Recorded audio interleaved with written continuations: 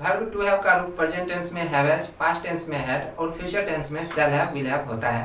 Hey guys, this is Arjagam and welcome back to my YouTube channel. आज के इस video में आपको Oxford current English translation exercise 72 का सॉल्यूशन मिलेगा। यदि आप इसी तरह के यूजफुल कंटेंट रेगुलर देखना चाहते हैं तो इस चैनल को सब्सक्राइब करें और मुझे इंकरेज करने के लिए इस वीडियो को लाइक और अपने सभी दोस्तों के साथ शेयर जरूर करें।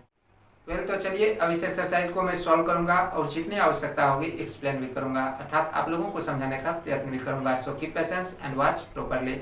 आपको पहला सेंटेंस दिया गया है, तुम्हें पटना क्यों जाना है। सबसे पहली बात इंट्रोगेटिव सेंटेंस है, प्रश्नवाचक वाक्य है। दूसरी बात यहाँ पर आप देखो क्या है, धातु प्लस नाम अर्थात इन्फिनेटिव का प्रयोग है। ठीक है, तो हम यहाँ पर टू प्लस वर्ब का फर्स्ट फॉर्म प्रयोग करेंगे। दूसरी बात, अभी मैंने आपको बताया वर्ब टू हैव का रूप प्रेजेंट टेंस में हैव हैज होता है, तो यहाँ पर हम सब्जेक्ट के अकॉर्डिंग हैव हैज प्रयोग कर लेंगे। उसके बाद जो वर्ब है उसके पहले आपको टू प्रयोग करना है और वर्ब का फर्स्ट फॉर्म ही प्रयोग में आएगा। चूंकि यह इंट्रोगेटिव सेंटेंस है और सब्जेक्ट के बाद क्यों आया है, ठीक है, तो आप सेंटेंस की शुरुआत वाई से कर लेंगे। अब यहाँ पर सब्जेक्ट क्या है, तुम्हें, तो यू के साथ हम हैव प्रयोग करते हैं तो वाई के बाद पहले हैव आ जाएगा। ठीक है, हैव के बाद सब्जेक्ट। अब चूंकि यहाँ पर इन्फिनेटिव का प्रयोग है, धातु plus noun to plus verb का फर्स्ट फॉर्म, तो पहले यहाँ पर हम टू प्रयोग करेंगे, उसके बाद वर्ब का फर्स्ट फॉर्म। अब देखो, तुम्हें पटना क्यों जाना है, why have you to go, और सबसे अंत में यहाँ पर जो अदर वर्ड है, ठीक है, तो इसे सबसे अंत में प्रयोग करेंगे, to Patna.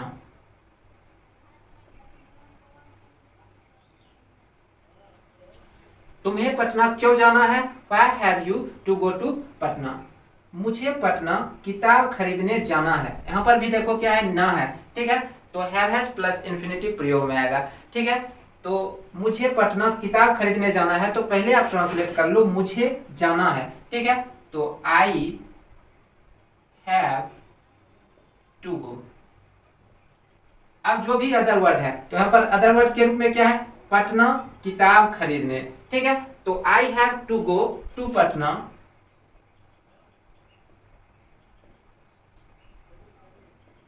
To buy a book.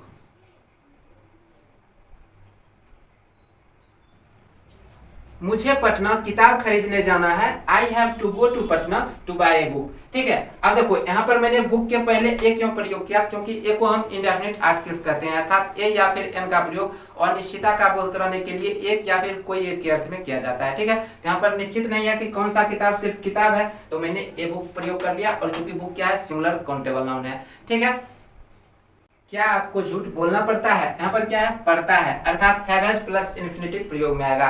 तो यहाँ पर हम क्या करेंगे, चूंकि यह इंट्रोगेटिव सेंटेंस है, प्रश्नवाचक वाक्य है, तो सब्जेक्ट के अकॉर्डिंग हैव हैज से सेंटेंस की शुरुआत कर लेंगे। सब्जेक्ट यहाँ पर क्या है, आपको, तो यू के साथ हम हैव प्रयोग करते हैं, तो सेंटेंस की शुरुआत हैव से कर लेंगे।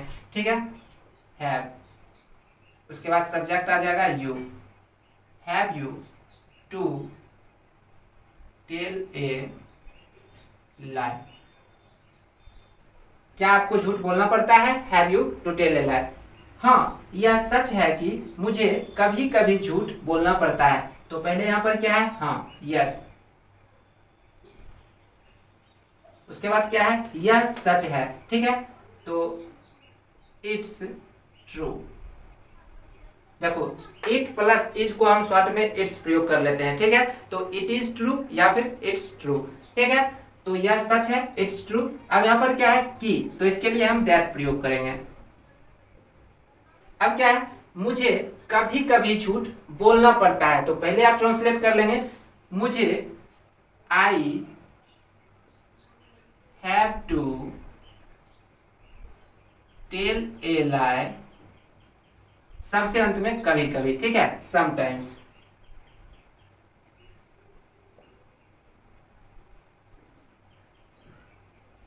देखो, हाँ, यह सच है कि मुझे कभी कभी झूठ बोलना पड़ता है। Yes, it's true that I have to tell a lie sometimes. ठीक है, मेरे पास दूसरा कोई उपाय नहीं है। मैंने आपको कई बार बताया है कि पास में होने या फिर रखने के अर्थ में हम प्रेजेंट टेंस के लिए हैव हैज प्रयोग करते हैं। सेंटेंस यदि नेगेटिव रहता है तब स्ट्रक्चर क्या हो जाता है, subject plus have has plus note plus complement. Complement अर्थात वाक्य का पूरक। और आपको ध्यान रखना है कि इस सेंटेंस में यहाँ पर इन्फिनेटिव का प्रयोग नहीं है, अर्थात धातु प्लस न प्रयोग में नहीं आया है। ठीक है, तो इस बात का आप ध्यान रखेंगे। मेरे पास दूसरा कोई उपाय नहीं है, I have not any other way. ठीक है, मेरे पास दूसरा कोई उपाय नहीं है। I have not any other way, मेरे पास यह समस्या है। ठीक है, तो अफर्मेटिव सेंटेंस है तो subject plus have has plus complement. ठीक है, तो मेरे पास यह समस्या है, आई हैव दिस प्रॉब्लम।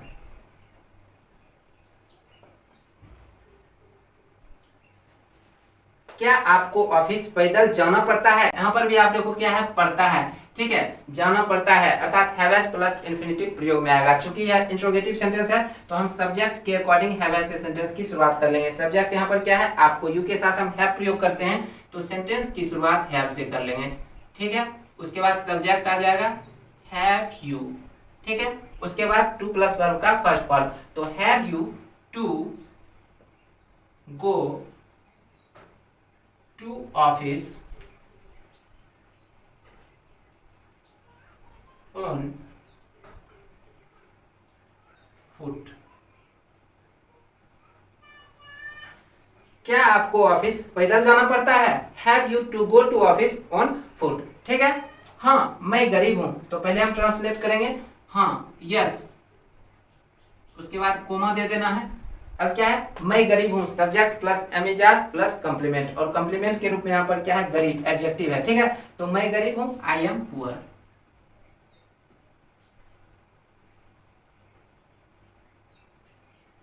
हाँ मैं गरीब हूं, यस आई एम पुअर। मेरे पास साइकिल नहीं है, निगेटिव सेंटेंस है, subject plus have has plus not plus complement. ठीक है, तो मेरे पास साइकिल नहीं है, I have not a bicycle. मेरे पास साइकिल नहीं है, I have not a bicycle. या फिर इसी सेंटेंस को आप बना सकते हैं आई हैव नो बाइसिकल। या तो आप बना सकते हैं आई हैव नॉट ए बाइसिकल, या फिर आप बना सकते हैं आई हैव नो बाइसिकल। दोनों सेंटेंस सही होगा। मेरे पास रिक्शे के लिए पैसे नहीं है, अतः मुझे पैदल जाना पड़ता है, तो I have no money for ए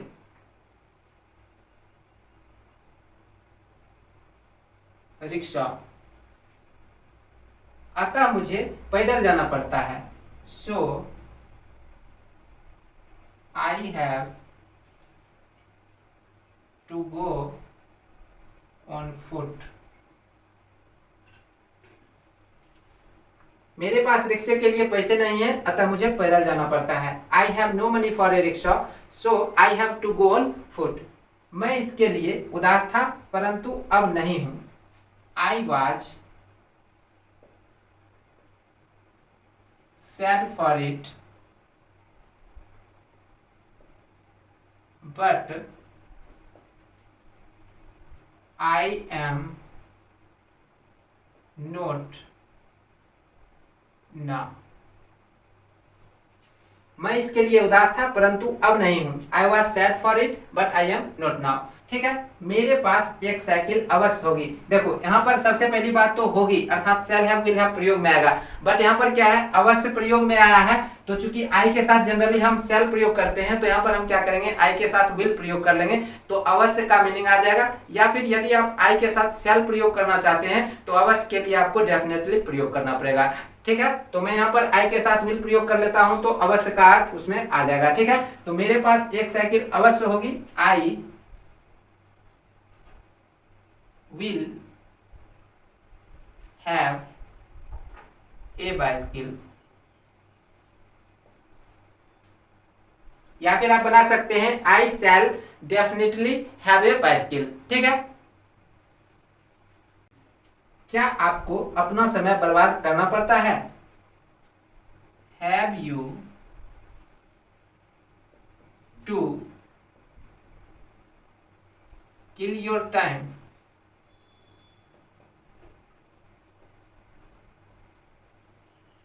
क्या आपको अपना समय बर्बाद करना पड़ता है, have you to kill your time. हाँ मेरे पास कुछ दिक्कतें हैं, yes I have some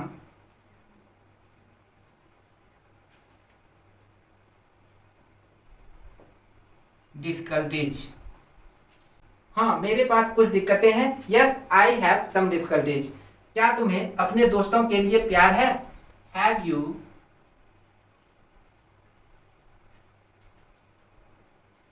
love for your friends.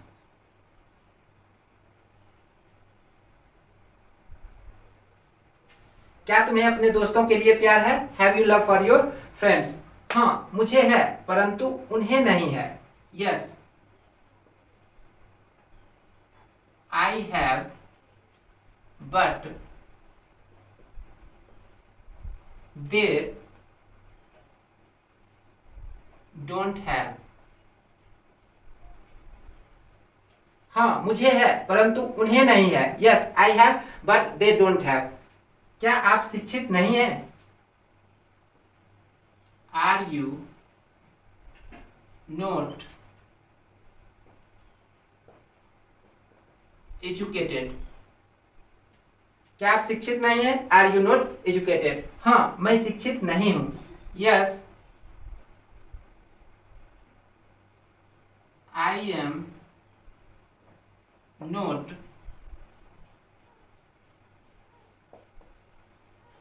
Educated. हाँ, मैं शिक्षित नहीं हूं। Yes, I am not educated. मेरे पास ज्ञान नहीं है इसलिए मुझे काम करना पड़ता है। I have no knowledge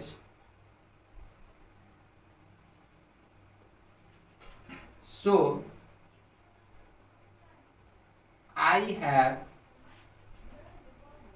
to work. अब मुझे पढ़ना है। Now I have to study. मुझे अज्ञानता में जीवन नहीं बिताना है। I have not to spend life इन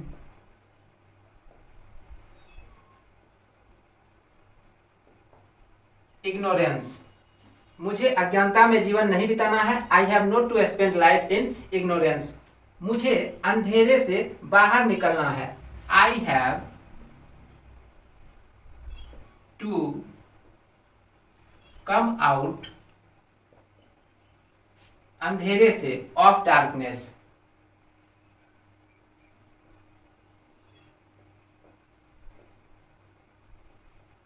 मुझे अंधेरे से बाहर निकलना है। I have to come out of darkness.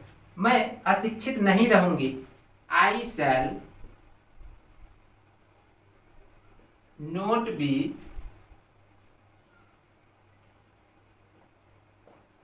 Uneducated. वह समय दूर नहीं है जब अशिक्षित महिलाओं को समझ होगी। The time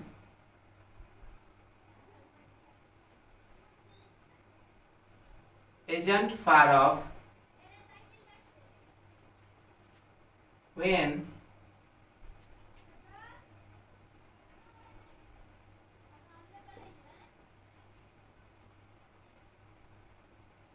uneducated women will have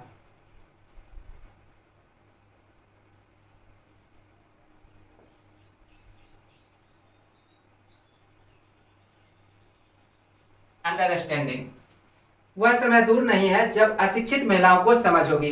the time isn't far of when uneducated women will have understanding. सिर्फ तभी भारत महान बनेगा और इसका नाम विश्व में प्रसिद्ध होगा। सिर्फ तभी, only then,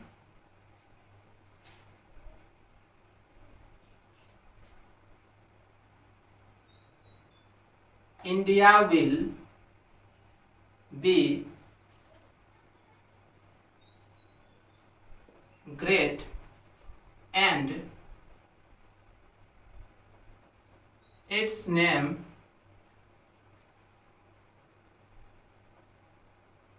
will be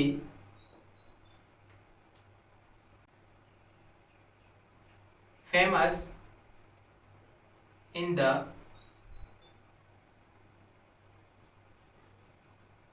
world. सिर्फ तभी भारत महान बनेगा और इसका नाम विश्व में प्रसिद्ध होगा। Only then India will be great and its name will be famous in the world. आपको क्यों कुछ नहीं करना पड़ता है? Why have you not to do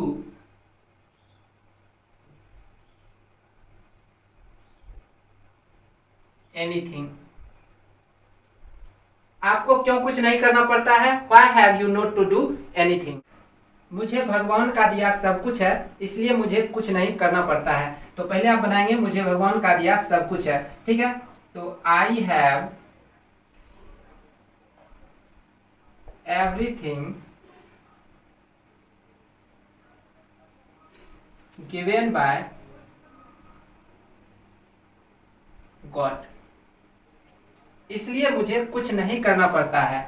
so I have not to do anything. मुझे भगवान का दिया सब कुछ है, इसलिए मुझे कुछ नहीं करना पड़ता है। I have everything given by God, so I have not to do anything. ये गायें कैसे उन लोगों की हो जाएंगी? How will these cows be theirs? ये गाय कैसे उन लोगों की हो जाएंगी? How will these cows be theirs? क्या तुम्हारा अपना कथन, सब्जेक्ट देखो यहाँ पर क्या है, तुम्हारा अपना कथन, ठीक है, तुम्हारे विरुद्ध होगा। Will your own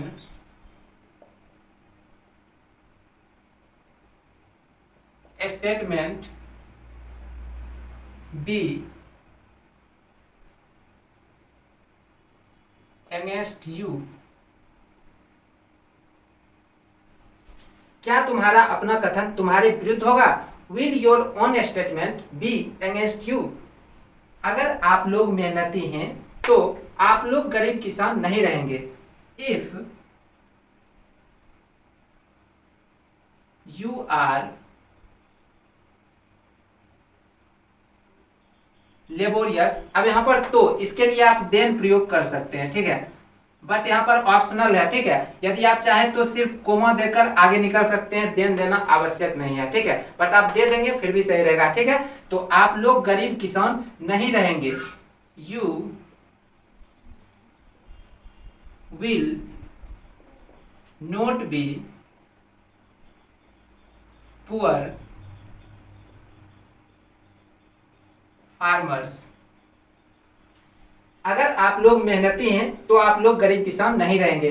If you are laborious then you will not be poor farmers। और यहाँ पर जो will not है इसके लिए आप will प्लस not के लिए won't प्रयोग कर सकते हैं, ठीक है, बट यहाँ पर मैंने will not अलग अलग कर दिया। और यदि आप चाहें तो then का प्रयोग यहाँ पर नहीं भी करेंगे तो कोई फर्क नहीं पड़ेगा। तो अगर आप लोग मेहनती हैं तो आप लोग गरीब किसान नहीं रहेंगे, तो इसे आप सिर्फ इस तरह से भी बना सकते हैं, If you are laborious you won't be poor farmers, ठीक है। यह तुम्हारे लिए अच्छा रहेगा। It will be good for you।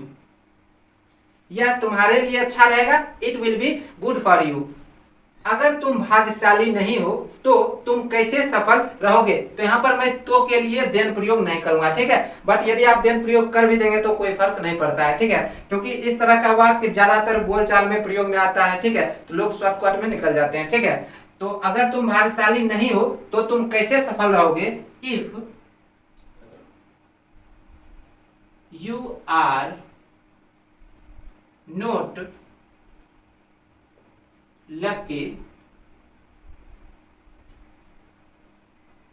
how will you be successful? अगर तुम भाग्यशाली नहीं हो तो तुम कैसे सफल रहोगे। If you are not lucky, या फिर यहाँ पर आर प्लस नोट को आप आरंट प्रयोग कर सकते हैं शॉर्ट में, ठीक है। तो इस तरह से भी आप बना सकते हैं इफ यू आरंट लकी, ठीक है, या फिर if you are not lucky how will you be successful. चूंकि मैं परिश्रमी हूं मैं सफल रहूंगा। Since I am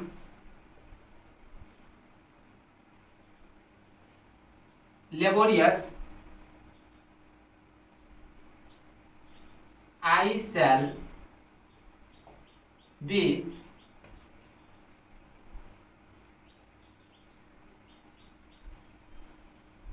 successful.